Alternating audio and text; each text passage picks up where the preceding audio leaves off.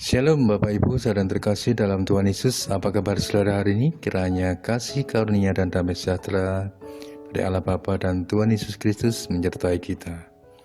Salam jumpa kembali dalam Sapari, Sapaan Rohani Immanuel. Hari ini Selasa 9 September 2025. Marilah sejenak kita mendengarkan sapaan firman Tuhan. Namun sebelumnya mari kita berdoa. Bapa di surga, hari ini kami ucap syukur sebab tak berkesudahan kasih setia Tuhan. Tak habis-habisnya rahmat-Mu selalu baru tiap pagi. Besar kesetiaan-Mu ya Tuhan. Saat ini kami mau merenungkan kebenaran firman-Mu ya Tuhan. Berkatilah, berikan kepada kami roh hikmat dan wahyu untuk dapat mengerti kebenaran firman-Mu dan jadikan kami bukan hanya pendengar tetapi pelaku firman Tuhan yang taat dan setia kepada Tuhan. Dalam nama Tuhan Yesus kami berdoa. Amin. Saudaraku yang dikasihi dan mengasihi Tuhan Yesus, bacaan firman Tuhan hari ini diambilkan dari surat Roma pasal 12 ayat 17 sampai 18. Demikianlah firman Tuhan. Janganlah membalas kejahatan dengan kejahatan, lakukanlah apa yang baik bagi semua orang. Sedapat-dapatnya, kalau hal itu bergantung kepadamu, hiduplah dalam perdamaian dengan semua orang. Saudara yang terkasih dalam Tuhan Yesus, adapun judul renungan firman Tuhan hari ini adalah hidup dalam perdamaian dengan semua orang. Saudaraku yang dikasihi dan mengasihi Tuhan Yesus, setiap orang pasti mendambakan suasana hidup yang penuh damai sejahtera.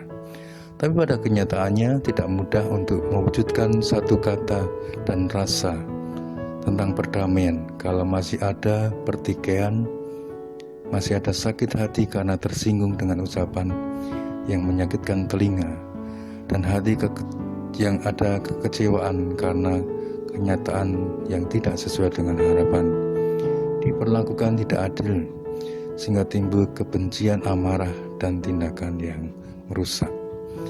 Menurut iman Kristen, perdamaian atau shalom adalah keadaan sejahtera, tenang, harmonis yang berasal dari hubungan yang baik dengan sesama, yang mencakup pengampunan, kebenaran, kasih, dan keadilan. Sehingga yang menentukan perdamaian bukanlah situasi dan kondisi yang terjadi, tetapi bagaimana sikap dan tindakan kita yang benar. Fakta yang ada memang hidup kita di dunia ini tidak dapat terlepas dari orang-orang yang berbuat jahat, berbuat tidak adil, berbuat semena-mena, dan tidak melakukan kebaikan dan kebenaran. Albert Einstein, ilmuwan fisika yang terkenal dengan teori relativitas, pernah mengatakan bahwa perdamaian tidak dapat dijaga dengan kekerasan. Hal itu hanya dapat diraih dengan pengertian. Maksudnya adalah perdamaian adalah seni memahami satu sama lain. Kata-kata Albert Einstein ini mengingatkan kita bahwa kekerasan bukanlah jalan untuk mencapai harmoni, melainkan pemahaman dan pengertianlah yang membawa kedamaian sejati. Perdamaian dimulai dari diri sendiri. Kita perlu sadar diri bahwa manusia tidak pernah dapat luput dari kesalahan. Maka perlu menyelesaikan setiap konflik, setiap masalah dengan kepala dingin dan hati yang penuh damai. Dengan pertolongan Tuhan kita bisa menciptakan dunia yang lebih damai. Pada umumnya sikap orang di dunia ini ingin membalas kejahatan mereka. Tapi firman Tuhan hari ini mengingatkan kepada kita untuk tidak membalas kejahatan dengan kejahatan, tapi dengan kebaikan kepada semua orang. Oleh karena itu, kita harus nyatakan kebenaran. Kalau kejahatan dibalas dengan kejahatan, tidak akan pernah selesai. Seperti dua negara yang berperang, yang satu meluncurkan rudal hipersonik, dibalas dengan rudal penghancur.